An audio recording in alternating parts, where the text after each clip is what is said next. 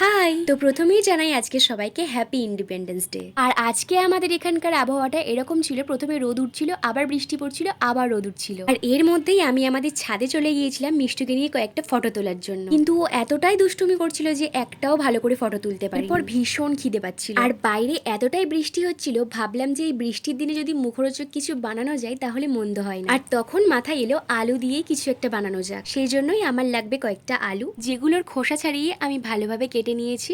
এরপর আমি ওর মধ্যে দিয়েছি একটু হলুদ গুঁড়ো, লঙ্কার গুঁড়ো, পরিমাণ মতো লবণ, চাট মশলা, ম্যাগি মশলা আর একটু কর্নফ্লাওয়ার। এরপর ওর মধ্যে অল্প একটু জল দিয়ে ভালোভাবে মেখে নিতে হবে। একটা ময়দার রুটি বেলে নিয়েছি, যার মধ্যে অল্প একটু কালো জিরেও দিয়েছি। এখন একটা কাটারের সাহায্যে রুটিটাকে এইভাবে লম্বা লম্বা করে কেটে নিতে হবে।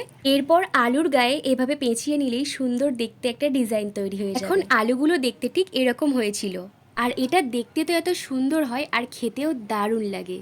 এরপর ওগুলোকে একটু ব্রাউন করে ভেজে নিলেই তৈরি আমাদের টেস্টি আলু স্ন্যাক্স। এখন স্ন্যাক্সের মধ্যে অল্প একটু ম্যাগি মশলা আর একটু বিট লবণ দিয়েও খাওয়া যায়, কিংবা এটা শুধু সস দিয়ে খেতেও ভালো লাগে। এটা একবার স্ন্যাক্স হিসাবে অবশ্যই ট্রাই করে দেখো, আশা করি ভালো লাগবে। আর ভিডিওটা ভালো লাগলে অবশ্যই একটা সাবস্ক্রাইব করে দিও। দেখা হচ্ছে নেক্সট কোনো ভিডিওতে। আজকের মতো টাটা।